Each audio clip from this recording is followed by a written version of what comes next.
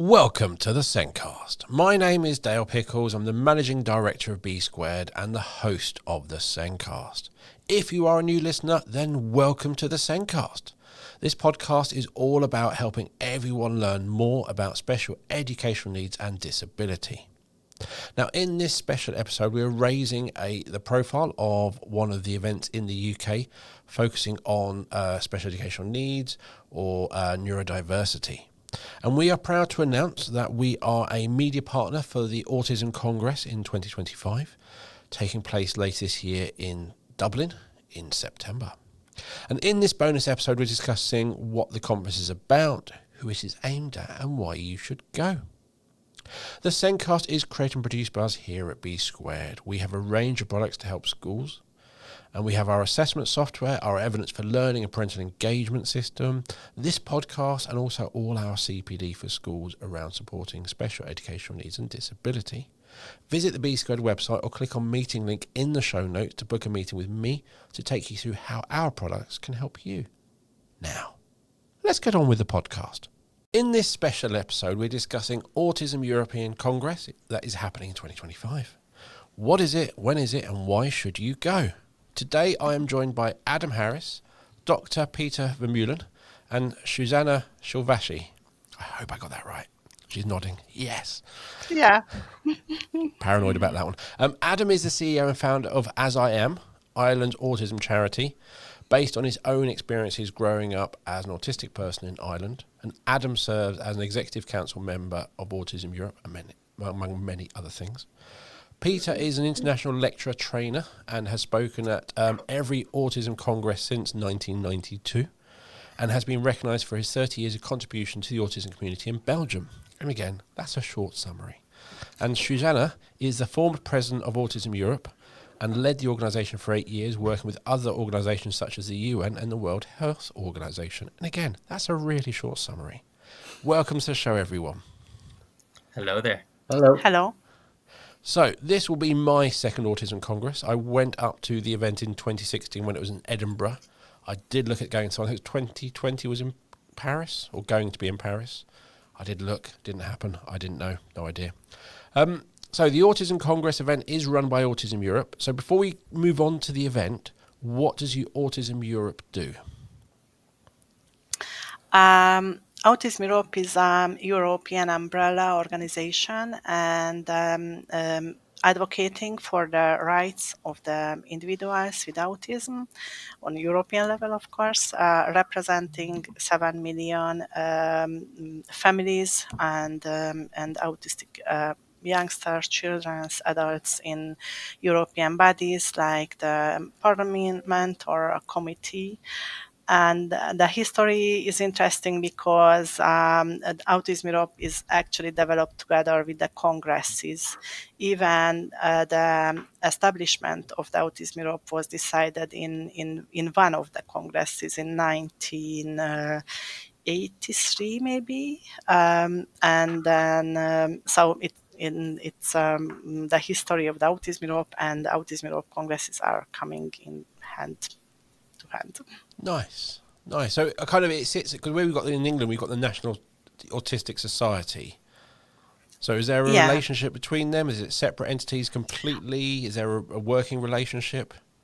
With the National Autistic Society, they are also a member of the Autism Europe. So we have from every European country, no matter whether they are member of the EU or not, we have a representation, someone who is the member. So we are really proud of that we can call together all those members, and we have representation from the east, west, south, north. Sorry, yes, north. Sorry. Yes. I'm watching you, and I'm seeing Peter's prompts. It's great fun. Yeah. You see, we all need that. Okay, so this will be the 14th Autism Congress, and it's going to be in Dublin, Ireland, which is going to be my first trip ever to Ireland, so I'm looking forward to that. And it's going to take place between the 11th and 13th of September, so it's not a one-day event, it's over 3 days. So what's the event about? Who's it aimed at? As I am is really proud as a member of Autism Europe to be hosting the 14th Autism Europe Congress. We're an autistic-led organisation. I think it's the first time an autistic-led organisation has had Yes. this honour. Nice. And what we're really trying to do is create a space where autistic advocates, family members, and professionals can come together to look at how we can address the common barriers that face the autistic community in Europe and beyond. One of the things we wanted to do from the outset was give autistic people and families right across Europe a sense of ownership of this event. So we actually ran a European-wide consultation process to select the Congress theme, which this year is quality of life, research, policy, and practice. And we'll be exploring that theme in the broadest possible way, from physical and mental health to aging, to safe and autism-friendly environments, to gender and sexuality, to communication, to housing, to advocacy, and to lots more in between. The Congress is being led by a scientific committee that I think really speaks to the diversity of our community. It has some of Europe's leading autism experts, such as Dr. Peter Vermeulen, who we're really delighted is doing that work. But it also includes a majority of autistic experts. It includes members of our community who are non-speaking. It includes members of our community with intellectual disability, because we really want to make sure that the Congress is led and represents the community in all its diversity. And what we're really committed to showing is that this can be an accessible, inclusive, and supportive environment for everybody within the autism community to come and join us in Dublin. And maybe Peter could speak a little bit more about what they might hear at the Congress. To start with, I've been indeed at every Autism Europe conference since 1992. I've seen the change from a congress that focused primarily on research, where a lot of researchers and professionals were involved talking about people who are autistic, to now a congress where there are still going to be researchers talking about issues that Adam just mentioned: mental health, physical health, well-being, community participation, and so on. But the big difference is now that this conference is more and more becoming a conference that is the result of co-creation. And co-creation means that non-autistic and autistic people join each other because we all have different perspectives, and more perspectives offer more hope than I think if we just talk about the other party. So it's the time is over that researchers talked about people who are autistic without involving them. And I think the time should also be over that autistic people complain about the non-autistic people not understanding them without going into interaction with them. And what I'm really looking forward to is that this time a lot of the presentations at the conferences will be the result of co-creation. I'm talking about myself, for instance. I'm doing a presentation together with Wen Lawson, who is a big name in the autism field. He has autism. I don't know what I am, but I don't have an autism diagnosis. But the two of us will talk about something that connects all people. And I think this is going to be the first conference where we talk about topics that interest all people in the audience, whether you're a parent, whether you're an autistic individual yourself, whether you're a professional. For instance, I'm going to talk about self-compassion. I think we all need to be mild to ourselves, whatever our connection to autism is. So this, I think, is going to be a unique conference. It's going to be really interesting for me because I got diagnosed with autism and ADHD only 2 years ago. I knew I didn't fit in from secondary school. I've known for years, but I didn't know why or where. I had some hints, but until I could learn that I could have both, then it made sense. And I've read Neurotribes this year. So that's been a really interesting kind of looking at that history. And through this podcast, I've been really lucky of learning about actually, that if we go for the more social model rather than the medical model, it's not I am disabled, it's environments disable me and situations disable me. And sometimes I appear perfectly normal and not autistic would be the phrase people often say. So I'm really looking forward to kind of hearing different points of view, and not just within where a lot of my work is within the educational space, but what Adam was saying was all the way through. Is actually it's the whole life around autism and the impacts that we get to think about and listen to. And I think one of the things that's really exciting about the Congress is the level of engagement we're seeing from autistic people, from family members, and from people working within the field. Just recently, the abstract process for the Congress concluded, and we had over 800 submissions from all across Europe. So there was an unenviable task for the scientific committee to work through all of those Yes. different ideas. And in the posters, during the oral presentations, during the keynote presentations, you will hear new research, but you will also get a sense of policy in action. You will get a sense of where we're seeing really good practice at a European level, and you'll also hear individual testimony and experience. And I think all of those different perspectives coming together will form a really, really rich tapestry for anyone who attends the conference. I think our aim in putting together this event has been that no matter what field you work in, no matter what stage of life you're at, no matter how you're connected to the autism community, that when you're leaving Dublin on the 13th of September after 3 jam-packed days, that you have practical takeaways that you can apply to your own work, and that will be the long-term impact of the Congress far beyond September. Yeah, actually, this it's really the focus point. So this is why the Autism Europe Congresses are unique, because it's not a scientific congress. It's really calling together. Yeah, there are researchers, but there are practitioners who are on the field every day, and there are the individuals with autism, so they can meet, they can on the stage, but also like on the side events and coffee break, they can discuss anything, they can meet with each other. And also it is Autism Europe Congress, but we were just, before we started this podcast, we were just discussing the representation that we already see, like which countries are already registered, and we see attendees from Australia, and we know from the history of the Autism Europe that usually we have participants from all over the world, literally from, I don't know, South Africa, South America, North America. So it's not only the European point of view. So it's really, really diverse. And this is so we are really, really proud of that we, always with a very amazing and very active member, like now the SAM, we can bring it together. And I think it's really special. And there may be a couple of things that are worth pointing out to prospective attendees. So we are using a new technology to translate the Congress. So in the past, where maybe we only had translation into 2 or 3 languages, we will be able to offer translation to the full gambit of languages across the world. And we hope that will be another barrier removed for people who may wish to travel, who maybe English is not their first language, or French is not their first language. The other thing that we're very proud of is the Congress is taking place in Dublin. Just last year, our government introduced the first national autism strategy for Ireland, the Autism Innovation Strategy. And As I Am is actually working with Dublin City Council to support the city to become the world's first autism-friendly capital city.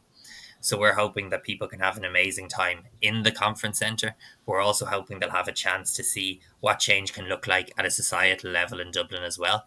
And we'll be able to visit many of our cultural institutions and many of our visitor attractions that have now received As I Am accreditation as autism friendly. That's going to be a bit of a challenge because it's quite a full 3 days. It's quite long days. And I think if Fáilte Ireland, our tourist board, were here, they'd be telling me to say people can always stay longer than 3 days. You don't have to leave when the Congress ends. We'd encourage you to take the time to see a little bit of Ireland too. We'll be arriving the day before, probably in the morning, and then we'll be staying an extra day. And I'm hoping to go visit a school or two while I'm over there as well during the conference to find out kind of. We know what happens in England, in Scotland, in Wales, but we're not sure what's happening in Ireland in school. So it's an opportunity to find out what it's like in Ireland in lots of different ways. Yeah, and not just Ireland, because that's the whole nice thing about the Autism Europe conference.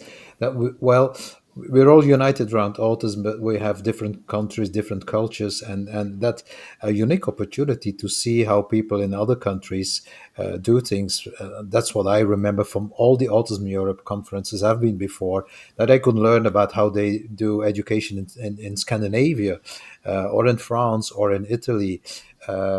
with the same ambition to create good education for autistic children, but with different angles and different cultures. And I think we can learn so much from each other, and that's the unique thing about the Autism Europe conference, that indeed we have the different cultures, and that's actually, we say diversity is a good thing, because we can learn from the diversity, and the more examples we have, the more we can think, oh, that's something we could use as well. Otherwise, everybody's running in their own circle. So this creates a great opportunity to learn from different countries and different people and organizations.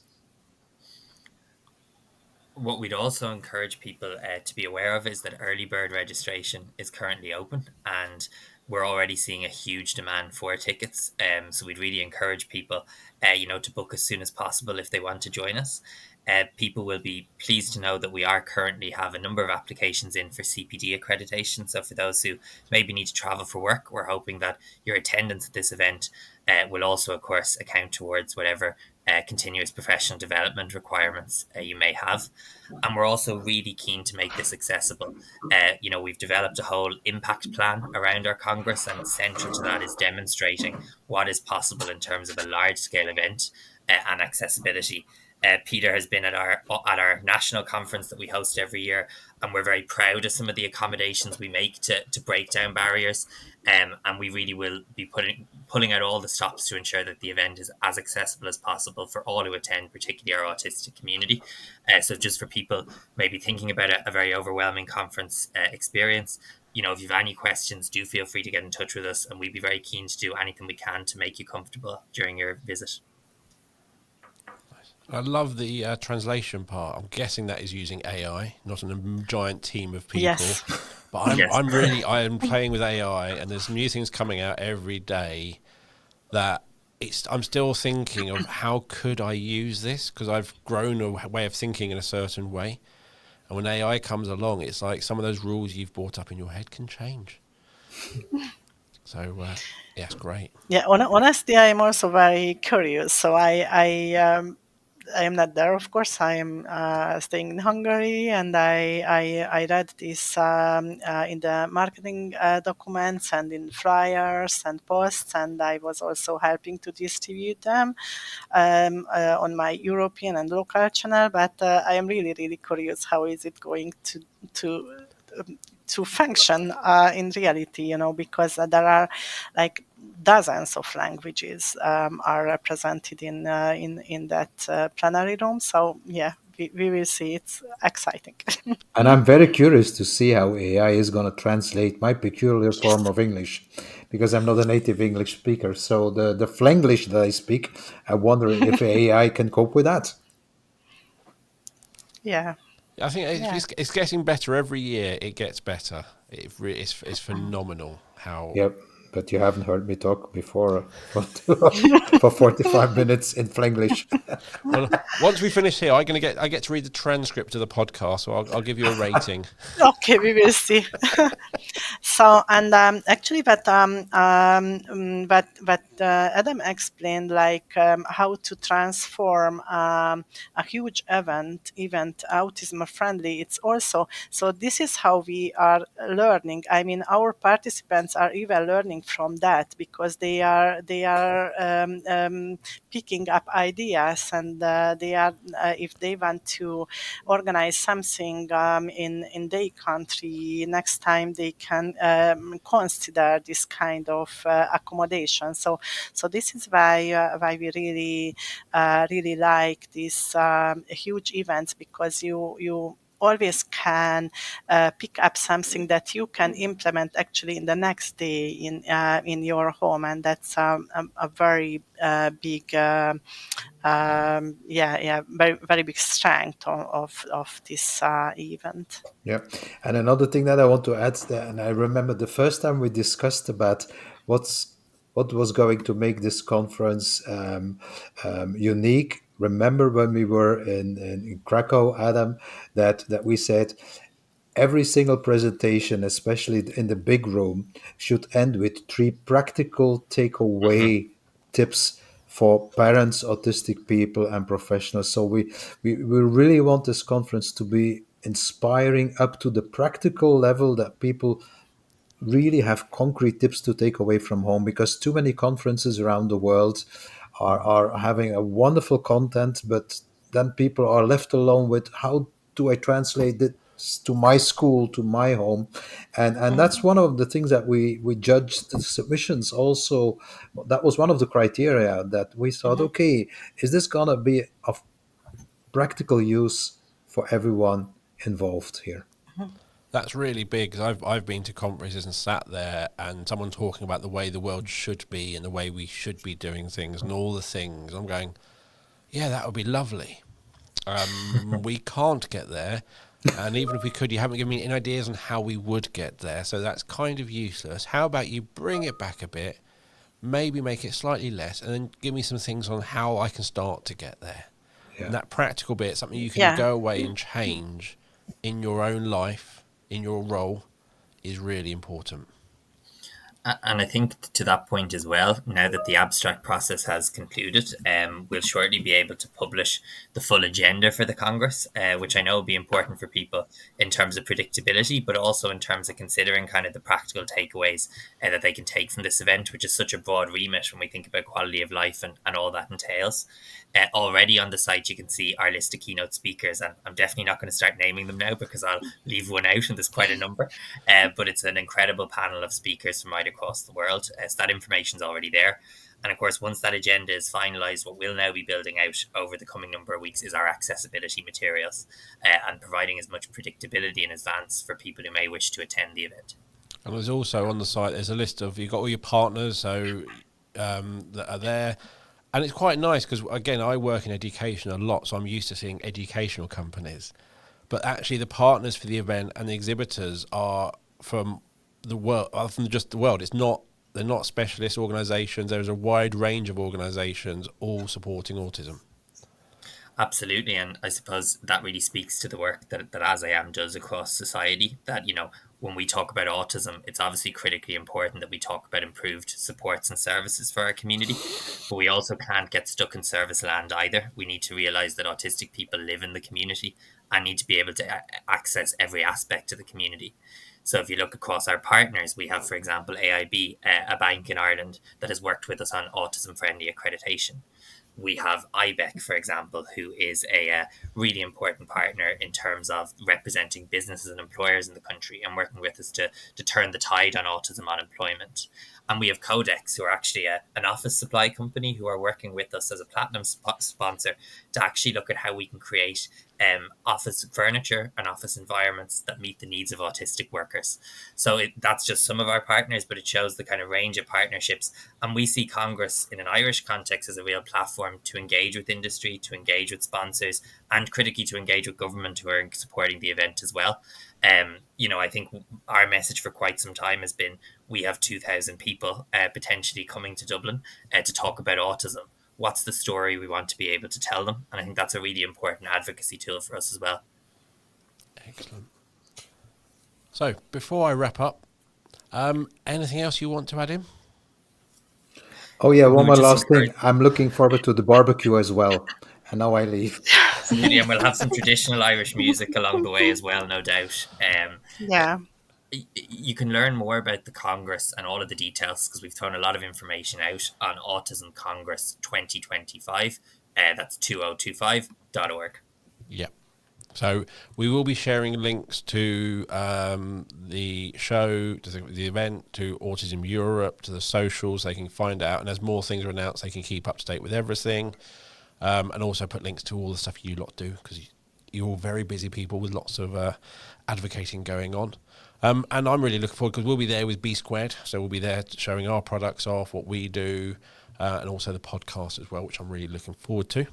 So I normally go thank you for being on the show and tell you all about stuff we do, but I've just done that. So I'm going to go back to the thank you for coming on. Peter's had to leave. He squeezed us into his very busy schedule. So thank you, Peter. And you'll find the links that I've just mentioned, all those stuff in the show notes, and you'll find those wherever you listen to the podcast or on the SENDcast website. So thank you for listening to this episode. If you haven't subscribed already, click on that subscribe button. You can follow us on social media, on Twitter, The SENDcast, on Facebook, The SENDcast, on Instagram, The SENDcast, and we're even on TikTok if you search for SENDcast. And the SENDcast is created and produced by us here at B Squared. We help to show the small steps of progress pupils with SEN make. But did you know about Autism Progress? This is our framework to help profile a pupil's autism and how it impacts them.